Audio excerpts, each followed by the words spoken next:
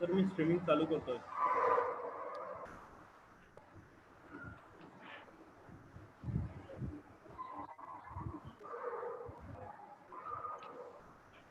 तर मी स्ट्रीमिंग चालू करतोय.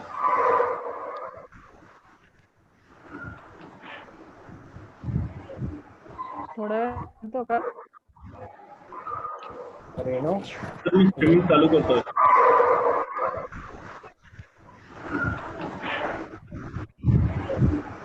थोड़ा तो का रेणू तर मी स्ट्रीमिंग चालू करतोय. हा करून द्या ना करून द्या.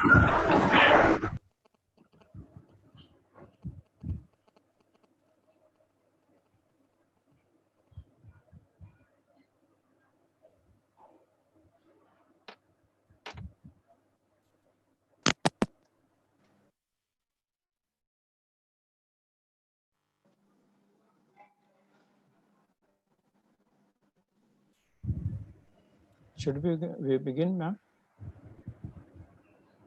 Yes, sir. So, माझा आवाज येतोय? हो हो. Okay. So good morning all participants today on the final day of our 2 weeks international STTP. Our guest speaker today, Engineer Kamcheng, is already there. In the few minutes of his presence, he has entertained us with his views. Thank you, Engineer Kam. The previous all 10 days have been very stupendous.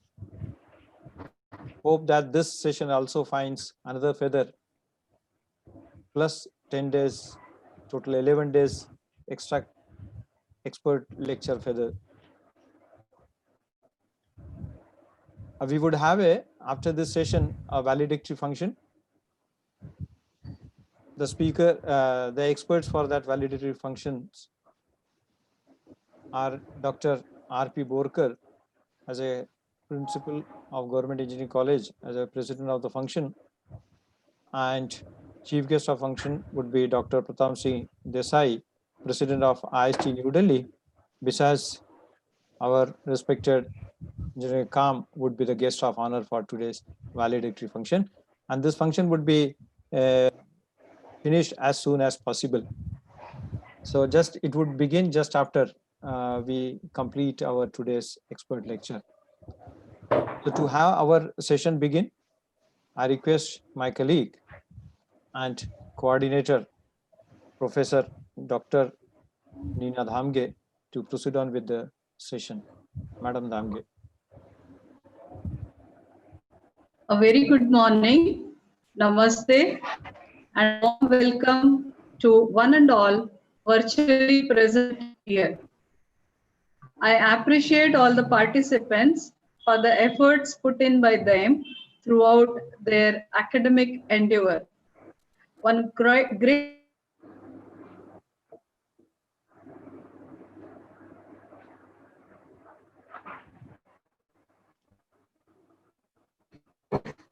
Hello, voice has missed, ma'am.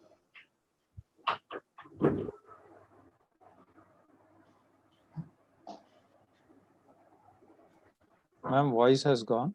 Please check.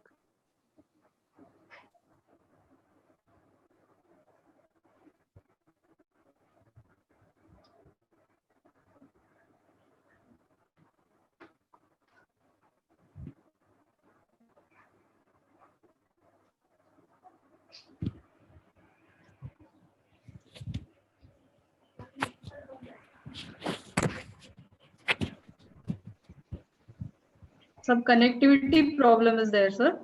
Now it has one come. great philosopher, one great philosopher has rightly quoted that knowledge has to be improved, challenged, and increased constantly, or it vanishes. Hence, the expected outcome of this STTP is to empower our young students, faculties, and professionals through technical knowledge transfer to create a better tomorrow. On the behalf of Department of Civil Engineering, KDK College of Engineering, I welcome you all to the concluding 11th day and technical session of this online eSTTP on recent advances in technology and management for civil engineering. We had many eminent speakers throughout this STTP from IITs, NITs.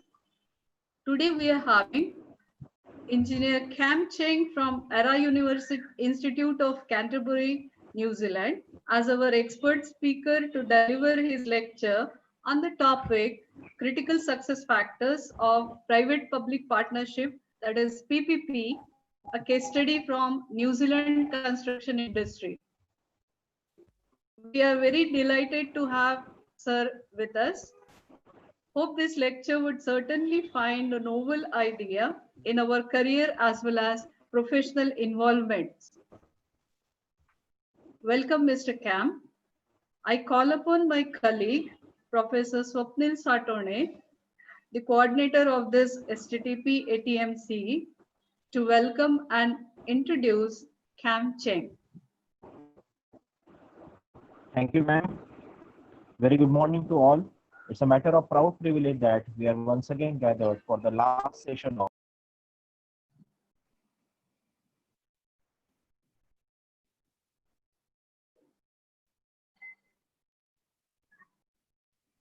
And the voice has gone, Swapnil.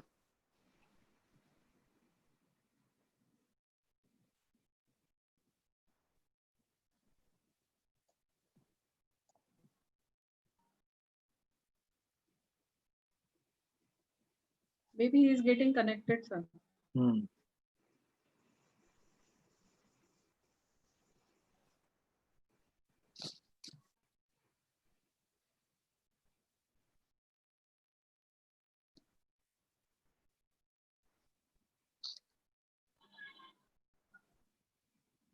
so.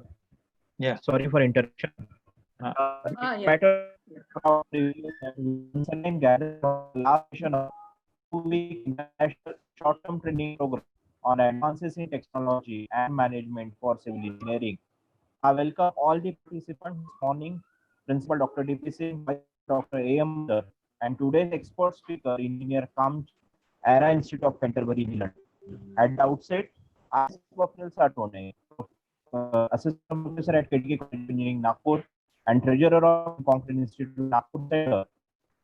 On behalf of KTK College of Engineering, Nagpur, American Society for Civil Engineering, Indian Section, Western Region, Indian Concrete Institute, Nagpur Center, Indian Waterworks Association, Nagpur Center, and Indian Society for Technical Education, New Delhi, is formally well.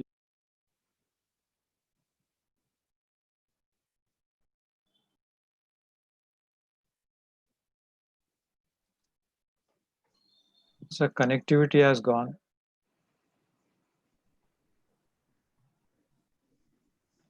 It's been raining here, sir. That's why I think It's raining now. There are lots of problems. Again, yes.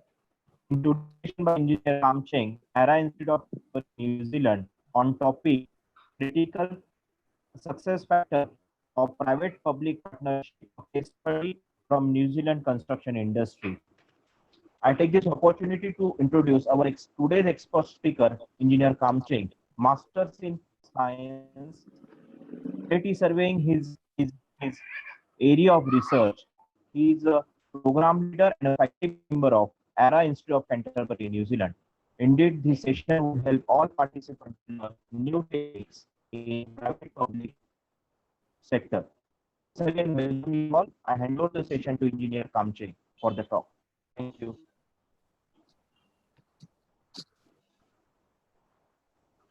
Yes. Okay, thank you. Thank you very much. Yes, thank you very much. And then I will try to share the screen of Yes, mine. sir, thank you. Yes, great. Thank you. Thank you. Yes.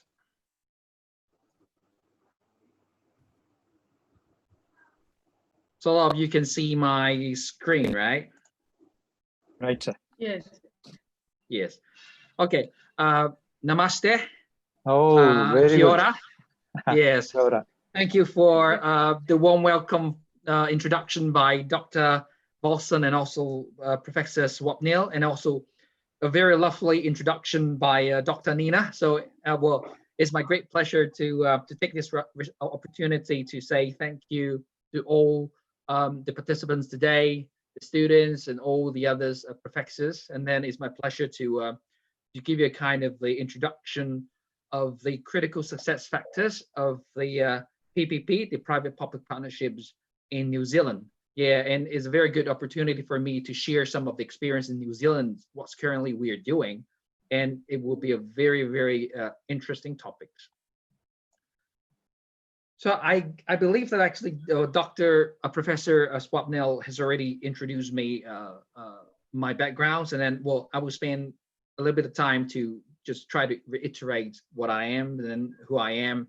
And I'm now working as a program manager in ARA, and I'm also the PhD researcher in the University of Canterbury.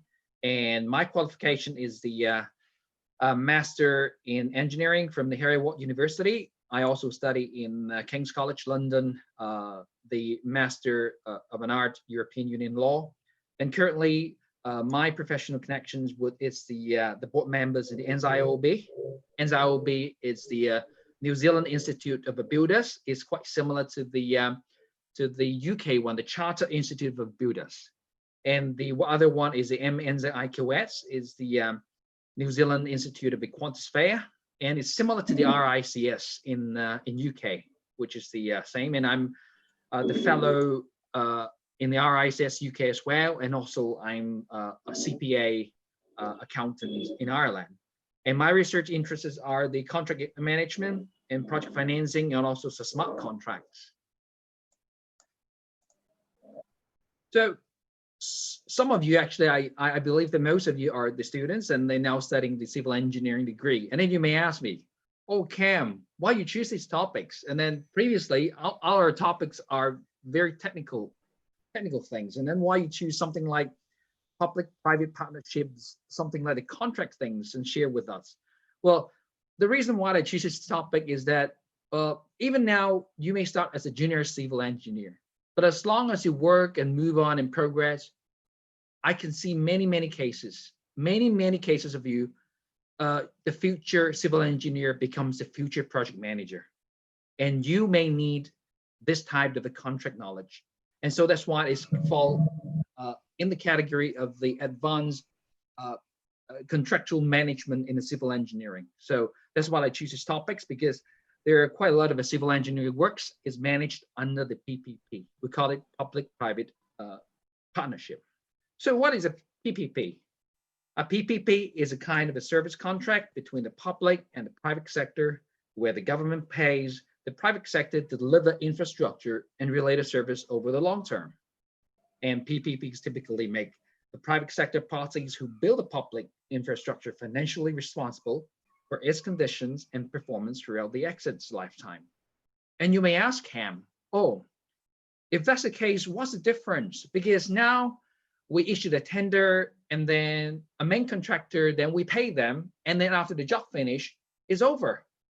Well, I can tell you PPP is a little bit different. And then I'll tell you more about it, why and how it's different from the others.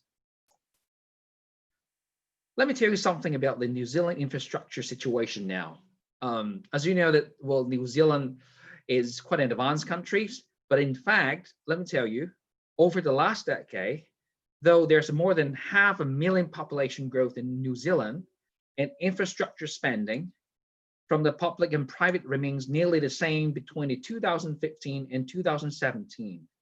And currently, the New Zealand public sector is currently spending approximately $10 billion a year on the procurement of a New Zealand infrastructure covering energy, rail, road, social infrastructure, and water and sewage.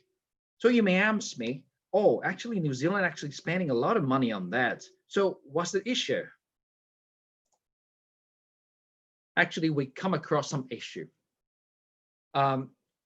Let me give you one example. In Three Waters, you know, as what the name's called, Three Waters in civil engineering, it means potable water, wastewater, and stormwater. So that means civil engineering definitely involves the design of the the potable water supply and the wastewater treatment, and also stormwater drainage part. And we have a crisis here because approximately 25% of the water-related infrastructure in New Zealand are more than 50 years ago. And let me tell you one thing, in Auckland, the drainage system actually started from, I guess, more than 150 years ago, at the first time when the UK discovered New Zealand. And 10 to 20% of the network in the water-related infrastructure requires renewal or is unserviceable. So you can see the huge gap of this one. And then we need a lot of the renewal for that. And actually quite in 2016, and we have one accident happened in the Hemlock North. There's a kind of the inquiry of the drinking water safety, because in 2016, because there's some bacteria in the water, it caused the death of poor people in New Zealand. And then this one is like a wake-up call to the New Zealand government, and New Zealand government has started to think about how we can improve our water system.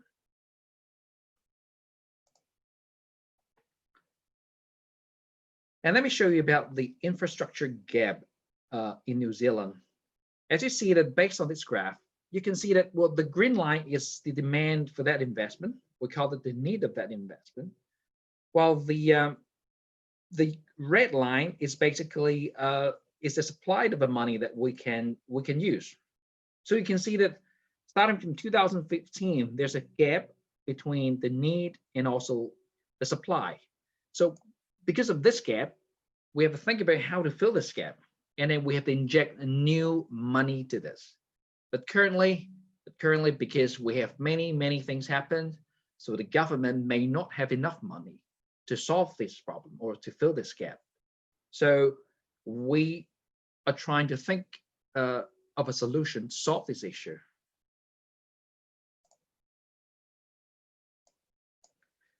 So as you see that starting from 2019, and then you can see that the purple line here, the private investment in the infrastructure project keep increasing, and then after a certain time, we expect after 2020, 2021, 2022, the private participation in the project or an investment in the civil engineering will decrease. And at the same time, the central government will increase their expenditure, and the local government will also keep expanding all these expenditure on investment. So you can see that New Zealand, actually, we have started to think about how we work together with the private and how to fill the gap with the force of the, or with the contribution from private society, especially at this moment, we're short of a fund.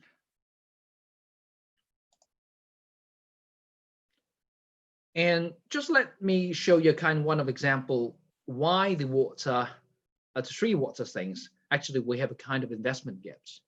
And in New Zealand, basically different region, they have a different government, and different governments, they have different water rules.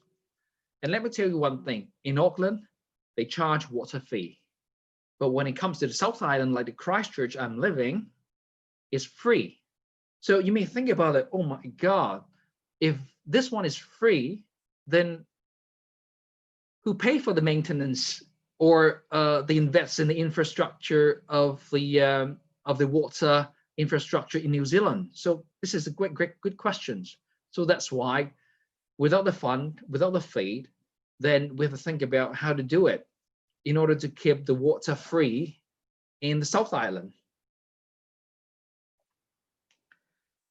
Well, let me introduce to you two PPP, or we call it successful PPP in New Zealand we did in the past. One of the project is called the Hobson Bow Point Schools projects. It's already been opened in 2013, and the other one is Woody Prison Projects. Oh, it's pretty, you know, for you when you look at this. Oh, how come, you know, even the prison projects we use the PPP? Yeah, because usually we think that the prison will only be financed by or with the government fund only. And for the school projects, it could be private, but if that one is a public school, then probably it's a public school. So let me tell you about more about this.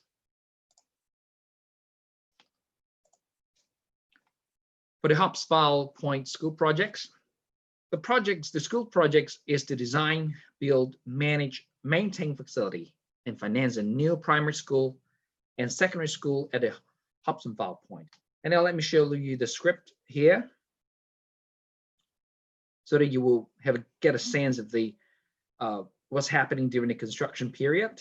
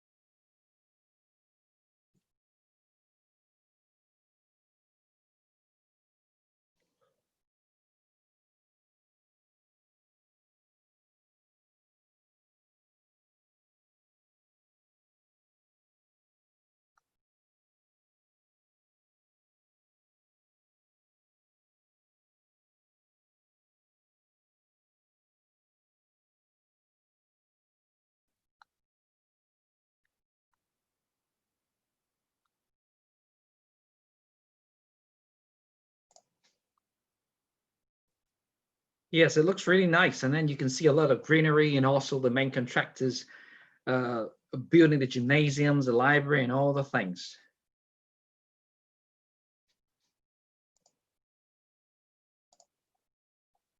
So what are the characteristics of PPP compared to the traditional one? Well, traditional one would be design build, because the civil engineering, a lot of cases is we use design and build. What does it mean? It means that the main contractor design and build by themselves, okay? And the private sectors will only need to be contracted to design and build a new school. And then after the project completes, the control revert to the client. And schools, but for the PPP, basically it's a little bit different. Here in the traditional one, schools are responsible for the property management and general contract and other private company for maintenance services. So it may be applicable to your university. Well, you can check with KDK and see if your university is a PPP or is only a traditional one. And what about for the under the PPP? PPP is schools are under single contract. Second, one-stop services, design, construction, and maintenance work.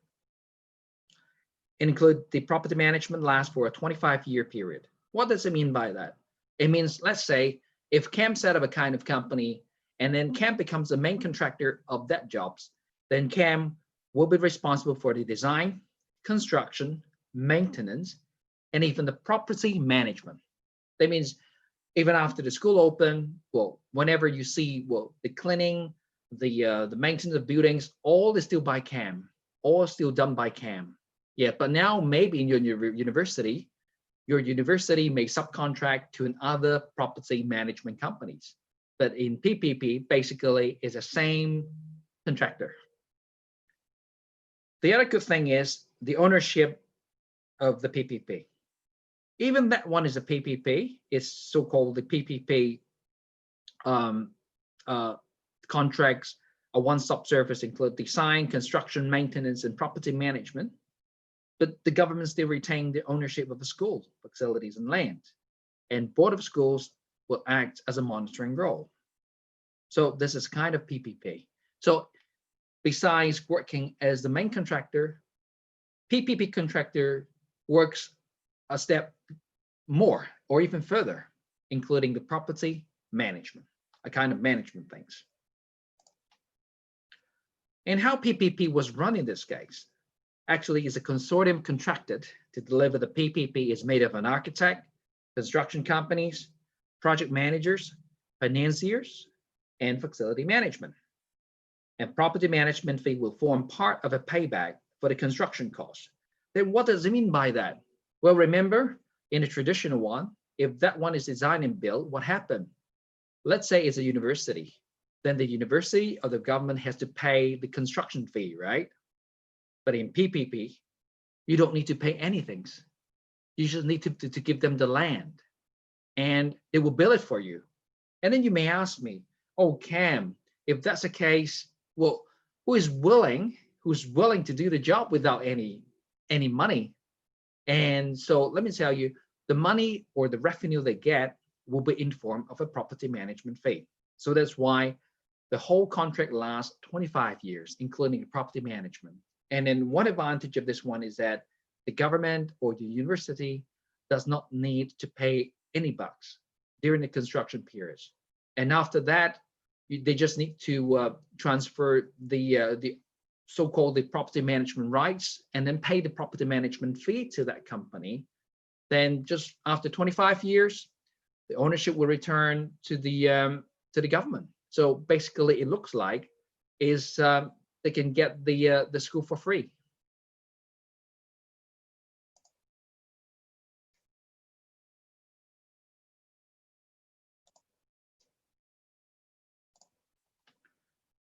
The other project is the Whitty Prison Projects. And this prison project is to design, build, operate, maintain, and finance a new 960-bed prison in Whitty. And it will provide the custodial and rehabilitation services, provision of asset management and facilities maintenance services, and all the financing required to deliver the project over a 25-year operational period.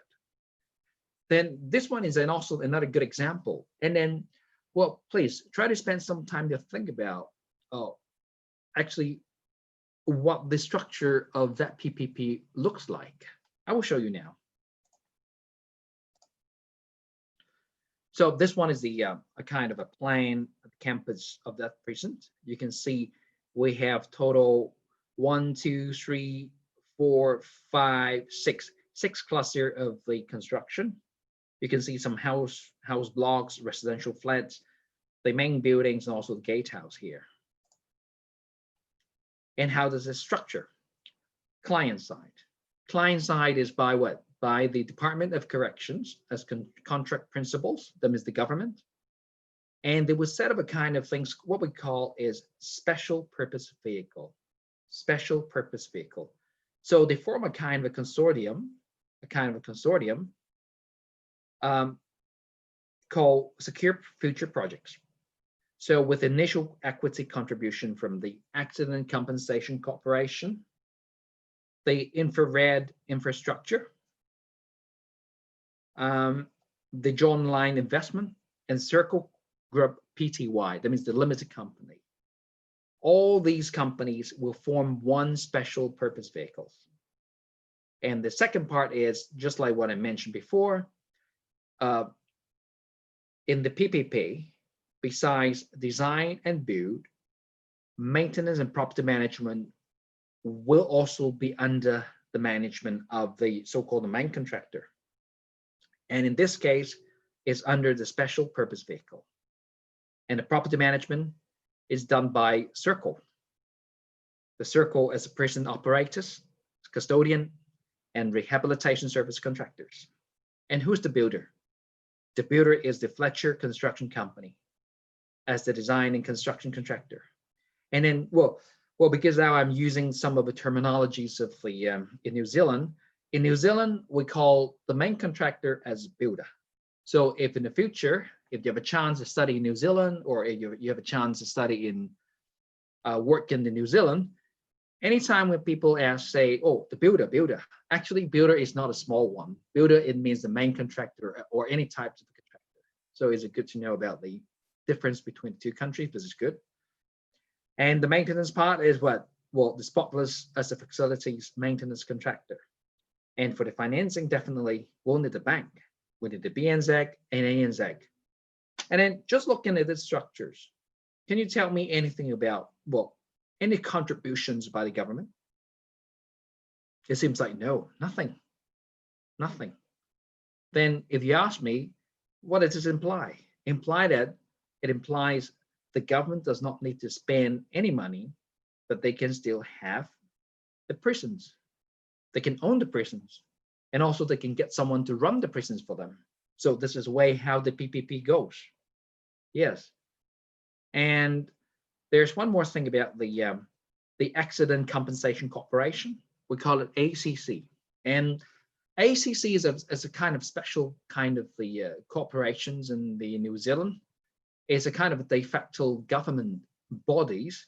Whenever someone have an accident, and then the people can get the compensation from this corporations. Let's say if you have some accident during the trip or on site or when working, and then all will be covered by this ACC, Accident Compensation Corporation. Because as you know that in many other countries, and then it will be covered by the insurance, but here it's covered by the nation, the national managed one, national managed type, and this is what we call the ACC here. So you can see the main difference between the design build and also the PPP. The key point is if you're the client, you can save money and you can own something without paying anything.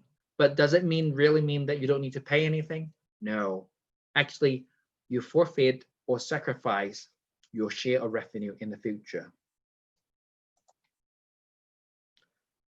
And what is the total cost of this contract? It's $840 million in present terms. And the project was financed used as a mix of a debt and equity, and appropriately geared to reflect the project's cash flow and risk profile. And as at the June 2014, the following companies had a shareholdings in a secure future.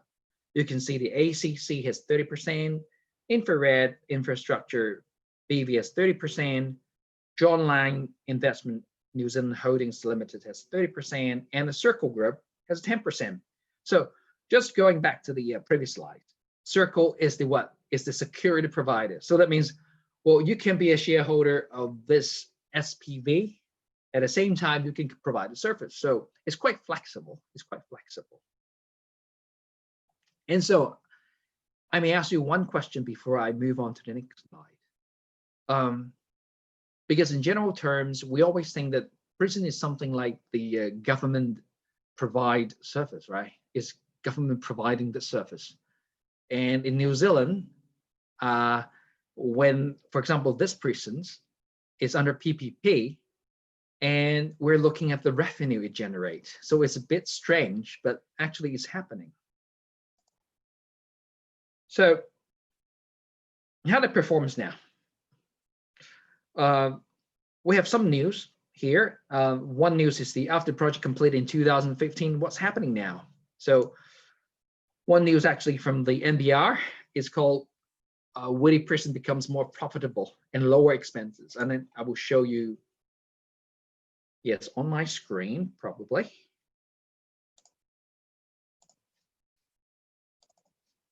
Yep. So if you have interest, and you can have a look at that. And basically, well, the prison now is running in the kind of a mode of the a commercial way instead of the government way. So you can see that by simply changing the operators, and then it becomes more profitable. So let's go back to here.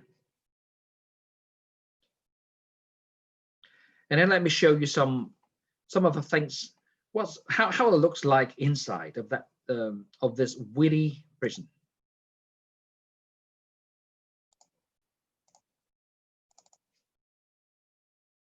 Actually, it's from the Herald newspaper, and it's one of the famous newspapers in New Zealand.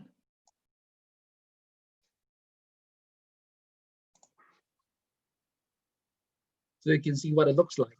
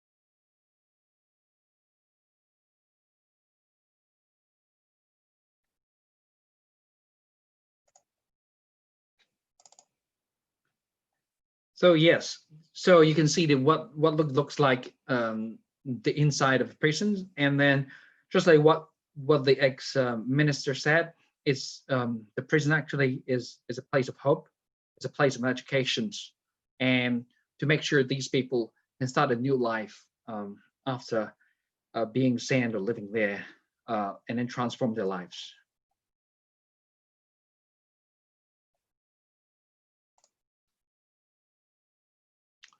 So one main characteristics of the PPP of these projects, well, one main characteristics is that its ownership retains. Second, little or even no government contribution. Third one, will establish SPV. The four, the revenue is generated through the SPV, and government usually has shares in it. So that means that at a time where we have shortage of a fund, we can use the PPP. We can use a PPP as a solution. So the roads ahead. Well, let me share some of the experience that in New Zealand we have about the critical successful factors of a good PPP. The first one is we need a competent project team. The project team must be with necessary skills and experience. So that's why when you look at a consortium, we have the architects, we have the designers, we have the contractors, or we call them builders. We have the specialists, we have the security specialists, we have the best property management companies there. Second, it has to be supported by the organizational commitment to good projects and the risk management practice. What does it mean? That means the organization or the client side have to support this PPP concept. That means not looking at it as a way of losing ownership, because we never lose the ownership, but it's just a way of the financing the projects with a minimum contribution. The third one is a clear governance arrangement, which ensure ongoing management of the delivery and the risk, ministerial and senior management ownership. So that's why, as you see it in the Hopsville school projects, the ownership and also the management is actually designed by the Board of Trust. And fourth one is good leadership. Good leadership is critical, because when it comes to the consortium under the PPP, even you're the client side, you have to lead them. You have to lead them. It doesn't mean that once you subcontract them or contract it out as a PPP, then the client does not need to do anything. You have to lead them. And it's a kind of a skills that you can also learn as civil engineering students now. And the last one is public awareness of PPP in New Zealand. And they need to be fully understand the New Zealand context, and it must be. Yes, so what does it mean? Because, for example, in New Zealand, we have different people have different views. Some people think that, oh, actually PPP is really good as a kind of a liberal approach to encourage the private to invest or to participate in this project and share the knowledge. But on the other hand, the other side, some people might think, oh, it seems like we're losing the ownership, even though, well, on paper, legally, we still retain the ownership. But in fact, we let the private institute or the private company to manage it for 25 years. So it's a kind of balance of the different voices, and the public should be aware of the benefit of PPP. Otherwise, it's very difficult to move forward, especially during the consultation stage. So, other possible PPPs running. Well, the first one would be the possible light rail project in Auckland, as you can see that here. And because currently we don't have any light rail or train connecting the Auckland International Airport with the to the city center. And in the coming days, it will accept the bus. In the coming days, we plan to have a kind of the possible light rail project in Auckland and under the PPP. The second one is the Pai Christchurch Convention Center, and actually now is ongoing. And then I will show you the video of this one. Is what's happening actually is in the city center. Oh, sorry, not this one. And yes, I will share with you later about this project.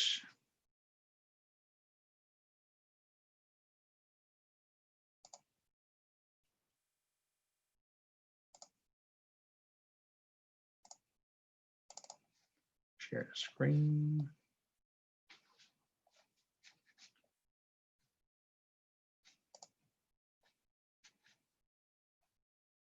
Okay, all right. So I would like to say thank you. And before the end of these presentations, I would like to show you a kind of the actually how New Zealand looks like. It's very good.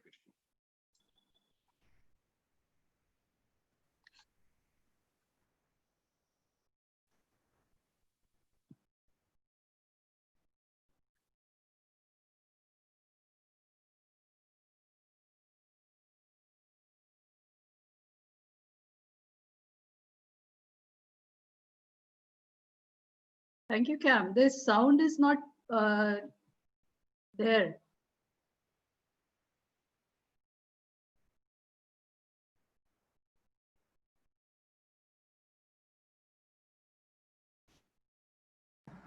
Okay.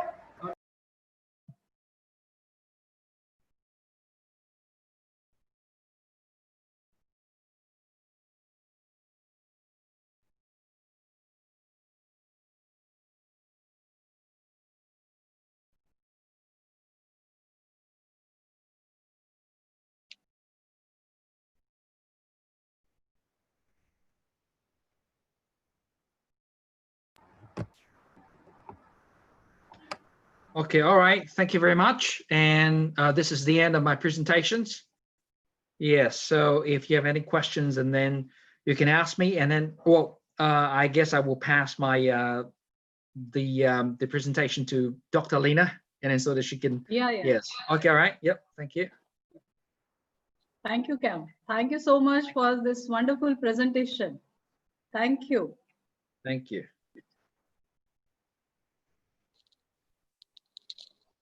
We'll be having a question answer session now. Oh, okay. Yep. Yeah, and we'll open the chat box. Yeah, it is open. Yeah. The chat Okay. box. All right. So.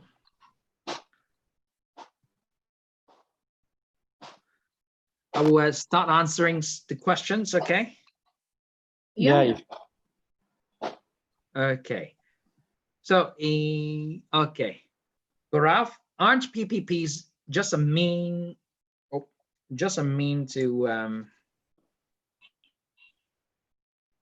yes, I have a look at that. Aren't PPPs just a mean to take expenditure of the government's balance sheets? Yes, it's one of the means. It's one of the means to take the expenditure of the government's balance sheets, because in the long term, basically, it's the it's still in the P&L, the profit and loss account. Yes, and does real or effective risk transfer actually occur?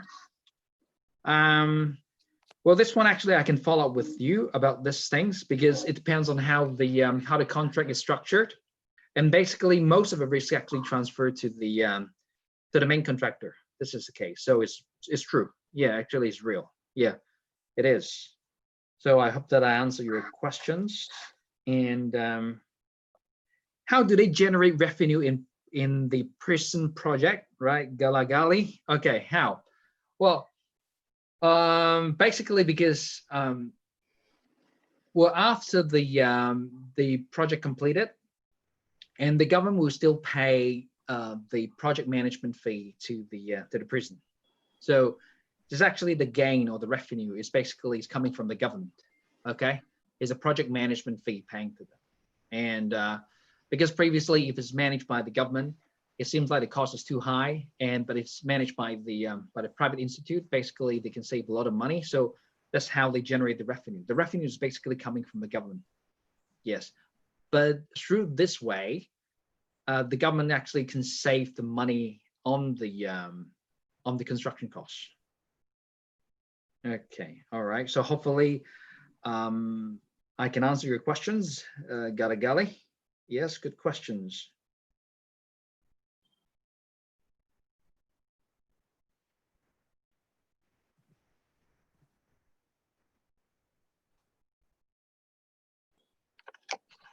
There is a lot of appreciation. Yes, great. Thank you. Yeah. And yes. Oh, the other one, I guess I will just answer to those questions, okay? And then could PPP be used for large-scale construction of residential buildings?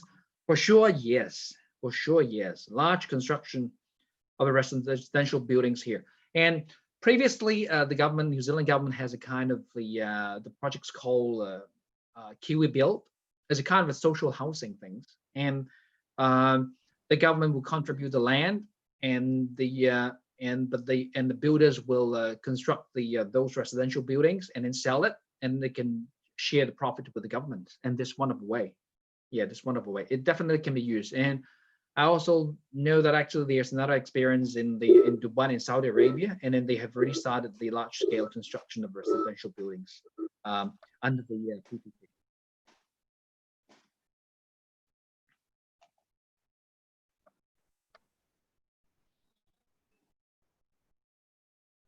Okay.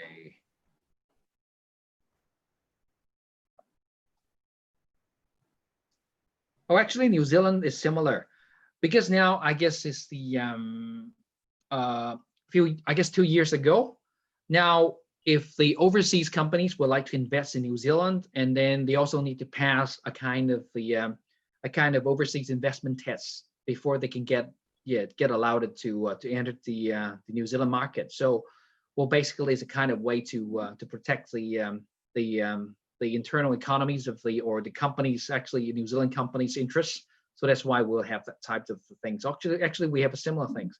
That means if any overseas company would like to invest hugely in New Zealand, and then they will need to go through a kind of a process. We call it overseas.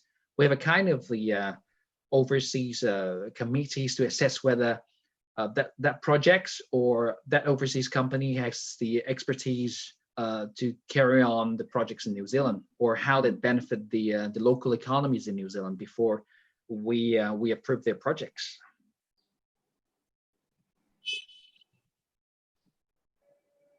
Was Panama Canal construction, was that a PPP? Yeah, and the other person is Tanushree. Tell us more about the Three Waters. Oh, Three Waters actually is your expert. Okay, you're expert because you're a civil engineer. So civil engineer is, well, Three Water basically, as the name what I said, is the potable water. That means the water supply, the drainage. The drainage one is a kind of the rainwater drainage, and the third one is the wastewater treatment. So these are the three waters. So yes, basically, as you see that New Zealand is quite a long history. So, and especially in Auckland, that's what I mentioned, and a lot of the underground drainage systems is aging already, or is actually built more than 100 years ago. So we need to renew all these three water things. Yeah, and also because as you see that New Zealand population is around 5 million to 6 million, but the land is quite huge. So it's pretty difficult or not quite economically viable to build the water supply system to the remote area or suburb area. So these are things actually the government now in New Zealand also think about how we can try to serve the people living suburbs. Yes. So is procurement management considered in the PPP? Oh, definitely. Definitely it's considered in the PPP.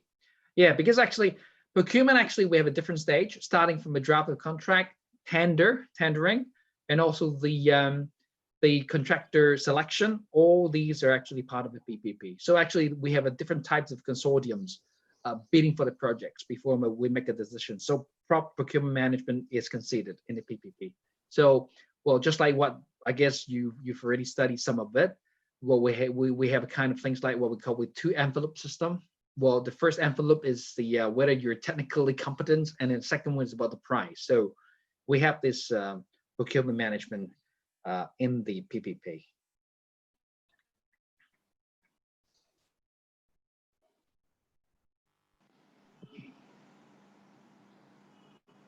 So in PPP project, the investor can collect the money from end user. In prison project, the end users are criminals. Okay, so end users are criminals, but in fact, just like what mentioned, it's a very interesting question. It's good. End users are criminals, and how we pay. So then, how the investor recover their money? Well, in the prison's case, just like what they mentioned, the ex-minister mentioned, it is an education transformation places. So it will be paid by the taxpayer. So taxpayers, including the criminals, and also including all the people paying the tax. So this is how they recover the money. Yes, by tax.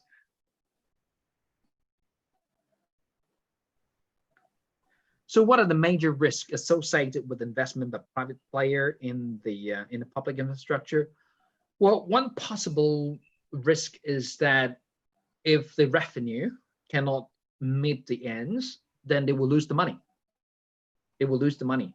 That means because you have to front pay all the construction costs before you can start getting the revenue or profit. If during the property management period of time you can't make the profit, then you will probably lose money. Yes, actually, basically, just try to use the profit you earn during the property management period to cover the costs you spend on the construction during the construction period. It's similar to the toll fee things, you know, when we build when we construct a highway.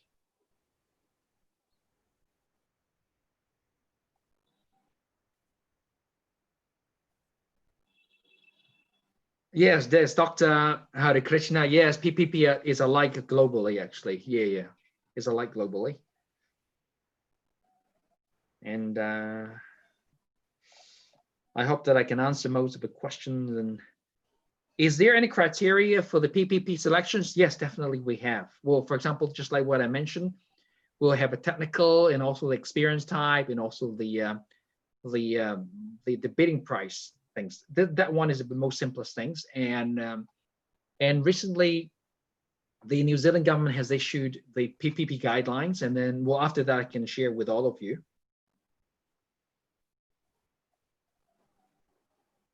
So what is the Anushri? You asked me what is a special purpose vehicle? Oh, well, special purpose vehicles, it's a separate companies setting up. You know, for example, just like, well, let's say now KDK has one project, and then you would like to use a PPP, and then you would like to bid for the projects, and then CAM also interests. So CAM and Anushri, we set up a company. It's a kind of a joint venture. It's similar to joint venture. And this special purpose vehicle will bid the projects. Yes, this is time things. And then the most important thing is that even the special purpose vehicles, let's say bankrupt, it will not transfer the risk to me and you. So that's why we have this special purpose vehicle.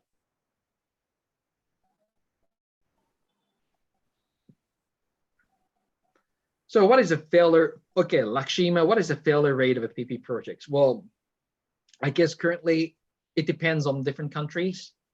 Well, if some countries have quite a high support from the governments, and then the PPP failure rate will be pretty low. Yes, well, it could be 20% something.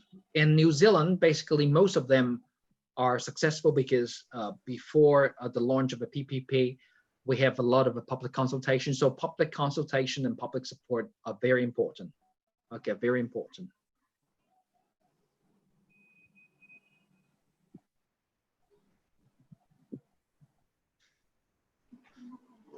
So what is the cost of capital we consider when calculating the NPV in New Zealand? Pushkar Dutta, 6%, I can tell you, 6%. Yes, it's a kind of discount rate we use. And then we'll welcome you to go to the Treasury in New Zealand, and then there you can get the more information about it. So Sandeep, PPP policy advantage? Yes, definitely advantage for the railway infrastructure. Yes.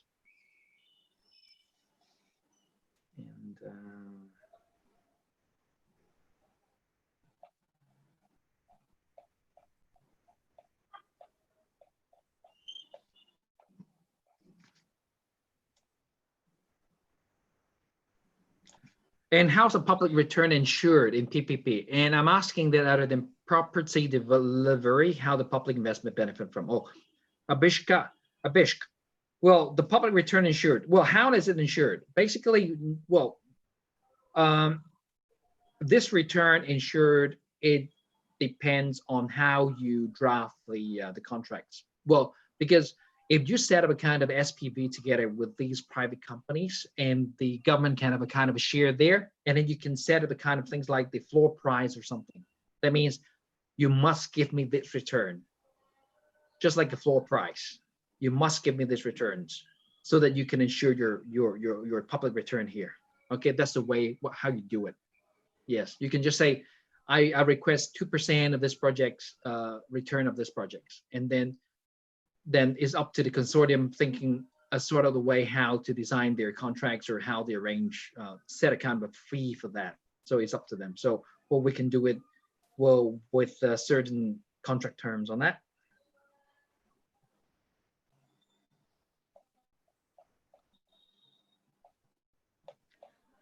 So yes. Okay, Remshek, you asked the same questions, and then I've already answered.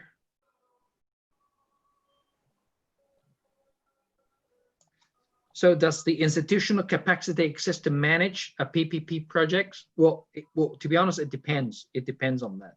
It depends. It depends on different institution, also the size of a project. So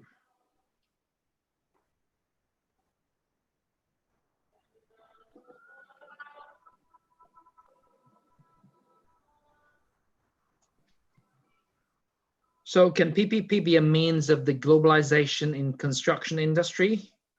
Yes, it could be. It could be. So I can see that, well, because actually World Bank and also the monetary fund, actually international IMF, also they promote this type of the PPP around the world and trying to see that, and also invite the people to bid for the projects.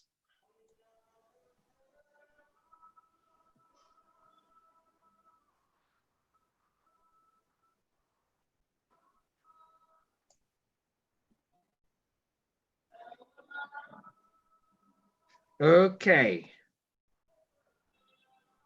So very good. So I guess I answered most of the questions already. So yes. So any other feedback link? Well, Dr. Nina, I saw a lot of people asking for the feedback link. Is it? Yeah, that will be put up there at the end of the valedictory. Oh, in PPP, do we lose the shares of a project for a lifetime? Oh no, we don't. We don't. Just like what I mentioned, actually, you still retain your ownership, but just about the property management contract will be last for 25 years.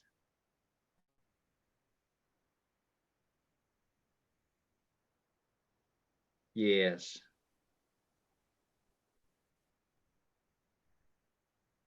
Well, yes, I can. And I guess you better contact the Dr. Nina about the share the PPT. Okay. Yes, I'm happy to share with you, but you better ask Dr. Nina. Yeah, it's available there in the YouTube. Yeah, it will be there in the YouTube also. Okay, that's good. Yeah, New Zealand is not populated actually, so that's why we use the PPP. But the problem now is that New Zealand is quite a welfare focused country, so we also face a kind of things like the shortage of fund to finance the project. So that's why we have a few projects actually using the PPP, because actually it's a very good way to mitigate the risk of a shortage of fund. Yes. So we'd like to ask you, is PPP compulsory for it? Oh, actually PPP is not compulsory, but as long as the but it's actually gaining the popularity. So it's good for you, all of you, to learn how to manage the PPP as well as a QS or as the project manager. So how will you see PPP or any PPP opportunities in New Zealand related to PPP projects? There will be a lot of opportunities. For example, just like what some of you asked about the street waters, because the waters are actually aging, so that's why we need a lot of investment. Yes, from overseas, actually, also locally. Yes. What's your suggestion to complete cheap and low cost of construction as the construction manager? Well, it really depends. It really depends, because we also have to look at the quality. So if you ask me, there will be a kind of the more competitive tendering. Yes, but I guess the first most important thing is the quality things. Yes. Can FDI net flow be the instrumental well, a lot.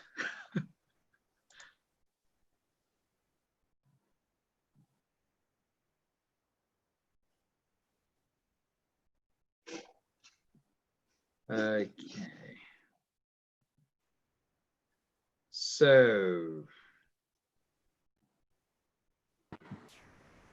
can we join the chain of river with the base of a PPP? Then it depends on how you look at the benefit of the chain of river. If the government would like to maintain this river using the tax, then it could work, because the main thing is the PPP. At the same time, we have to make sure this PPP can attract the private investment. Okay. Yes. The other one is, can the FDI net flow be instrumental variable for GNI per capita at PPP?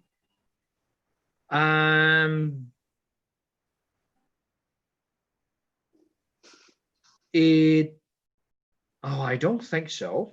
Yeah, because when you look at the GNI, that one actually is a gross national income, is about the countries. Unless that FDI, we use it to translate them. For example, actually you give me very good questions, Vijay, right? Vijay.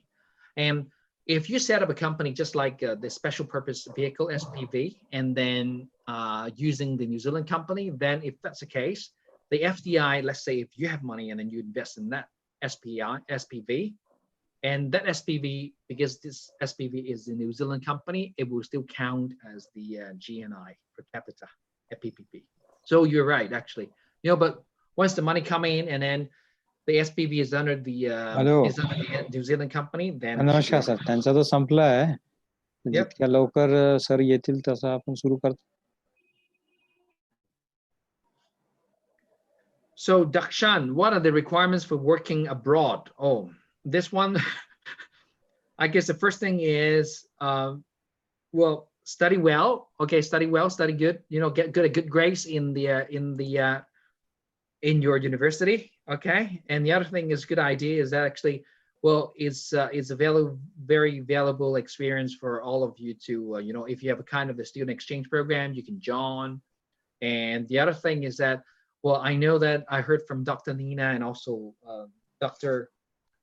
Balson, actually, your degree is actually under the Washington Accord. So basically, your program is recognized by the international association. So it's a very good, just like a passport for you to work overseas, because your qualification is internationally recognized.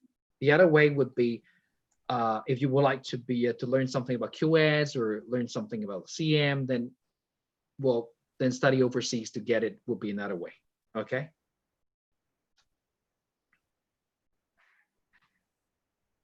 So there's a huge difference.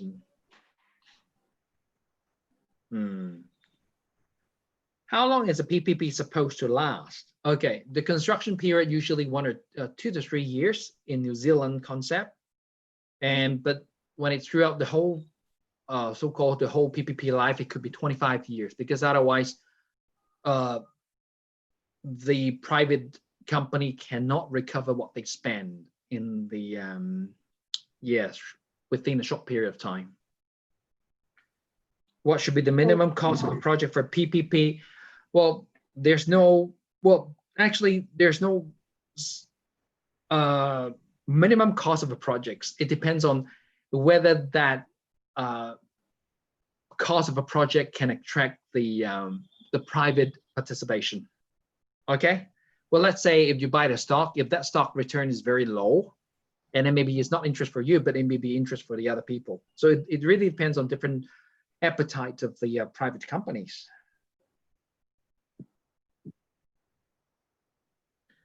So how will you see PPP in context of Indian scenario? Well, let me tell you, actually, PPP has long history in India. Okay, you can go online, have a look. Yes, actually, it's a very mature procurement process in India already. Yes. What is the break-even point when PPP is adopted? It depends on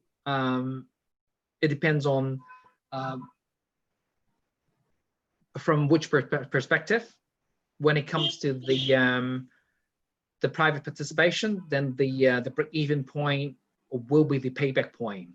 Yes, at a time when your NPV or at zero, that will be your break-even point. And then beyond that is some money that actually you gain beyond your expectations.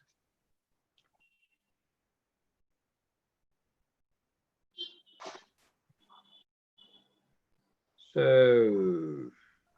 Oh, Cam, thank you so much. You're so enthusiastically answering all the questions. Okay, yes, a lot of you. I'm very happy to see the students are so active. So yeah. There has been a huge response, and there are lots of questions coming up. It was a very, very enthusiastically you are answering all the questions. Okay, that's good. That's good. Then Shall I? Even points, sir. Okay. All right. Great. Thank you. So, shall I continue to answer, or or we'll move on to the next section. Next.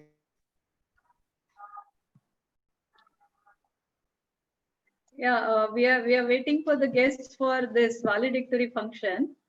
Once Okay. they join, we'll begin shortly. Okay, so during the waiting, should I continue to answer? I don't know. Yeah. Okay, so what about the there's one guy, Kishanal. What about the research fellowship and funding for the PhD scholar? Well, please contact the university in New Zealand and you will see, yeah, yes, how much is that get? And then I guess the most important thing is focus on your study in the degree in civil engineering or master in civil engineering first. Okay, get a good grade, and then the second step is contact the supervisor you're expected to be under in your in the university. Okay, I guess focus on your study first. But actually, well, really good, ambitious questions on that. But it's very good, you know. Yeah. So does public sector understand what PPP really are, and are their expectations about the PPP reasonable? So when it comes to here, so that's why I can't say the public sector really understand what they are. So that's why we need a lot of education. Yeah, we have to educate the public about this PPP. What are the benefits of that one? So, and their expectations would be pretty high, even in New Zealand. They would like to keep the ownership, at the same time get the construction for free without increasing the tax. So this is the, so we have to sort out a kind of the compromise between different parties. Yes.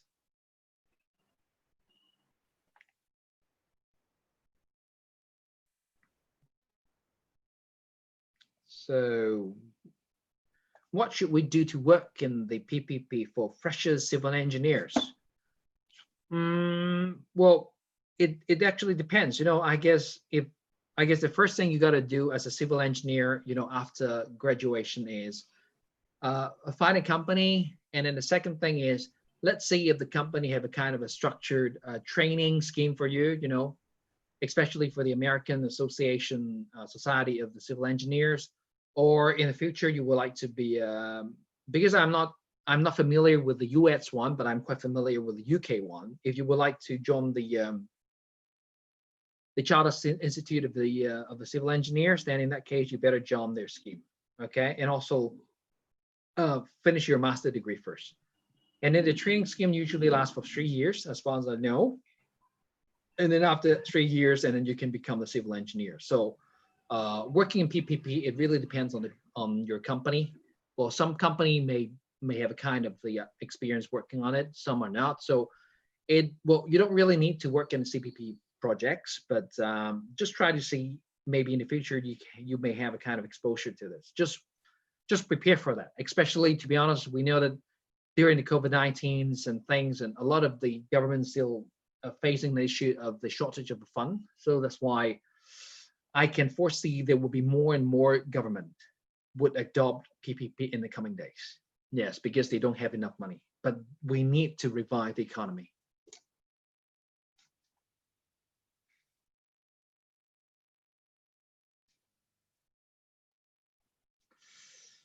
Yes, and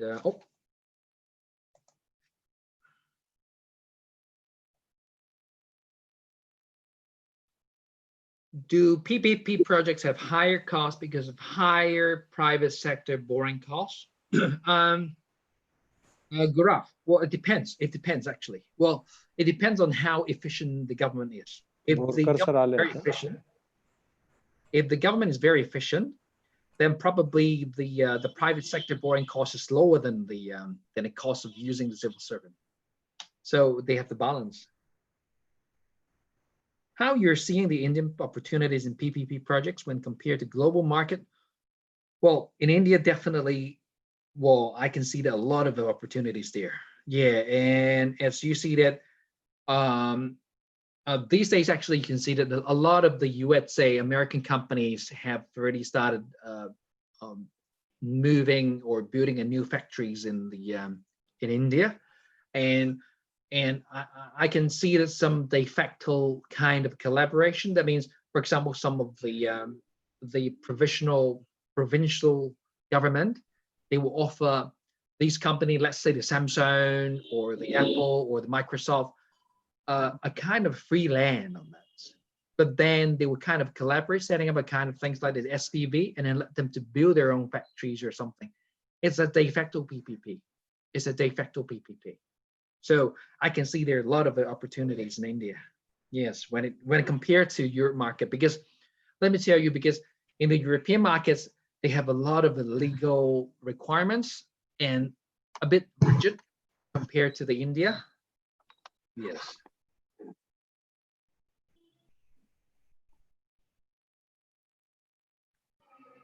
Yes, Tejas, I understand. You don't think PPP will go well in India, but no worries about it. Yeah, that's why we have you. So in the coming days, well, you're part of the civil engineers.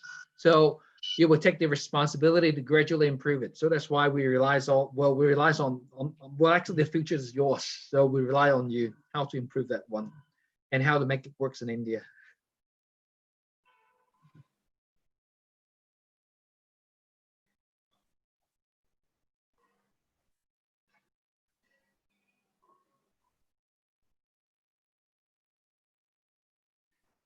Okay, I think Borkar sir has come. yeah, Okay, one good. of the guests has arrived. Yeah. We are waiting for Desai sir to join now.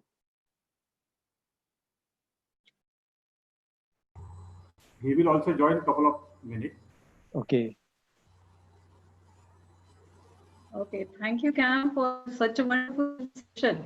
Thank Okay, you great. very Thank you. much. And your session was really wonderful, and all the participants enjoyed it because your responses, your thank you. responses, Thank you very much. yeah, very nice.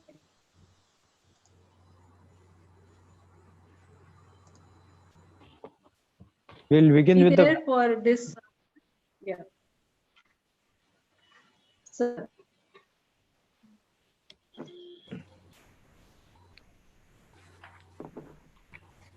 valedictory function.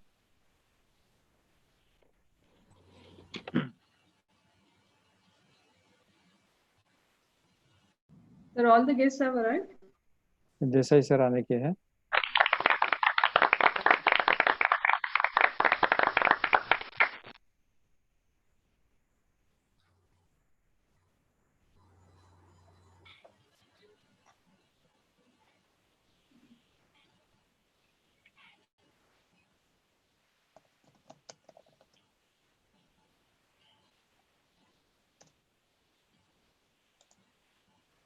Our principal is there, Dr. D.P. Singh. And vice principal, Dr. A.M. Badar is also there, sir.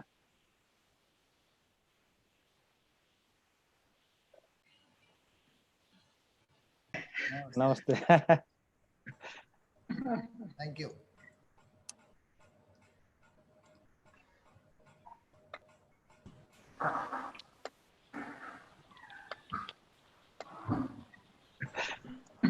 Hello, Engineer Game Singh, sir. I am Dr. D.P. Singh, Principal of the KDK Engineering College, sir. Good afternoon. And I am very much delighted with your valuable lecture today. Yes, great. Thank you very much. Yes, thank you. Nice to meet all of you. Yes. Sir, I am Badar, sir. Dr. D.P. Singh, Principal of the KDK Engineering College.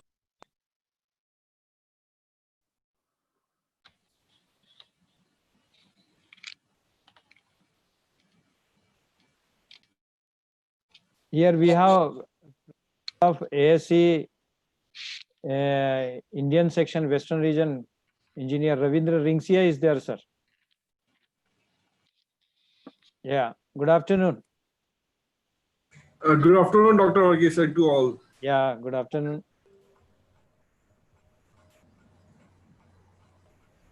Dr. Dhatrak is there.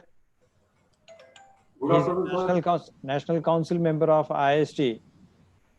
Good afternoon, sir. Namaskar. Instrumental in doing this exercise of STTP. Thank you, sir.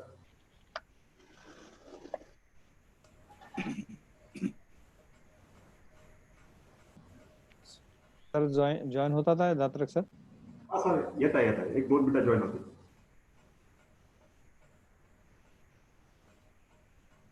Dhananjay ते व्हॅलिडिक्टरीचं लाव ना 1 2 3.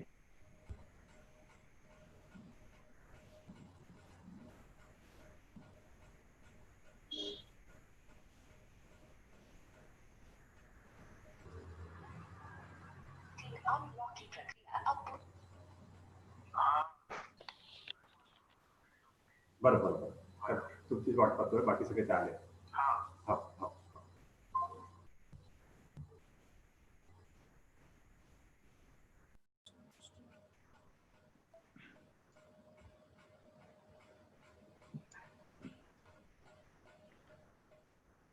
As such, we are very much on time, sir, for the beginning of the program.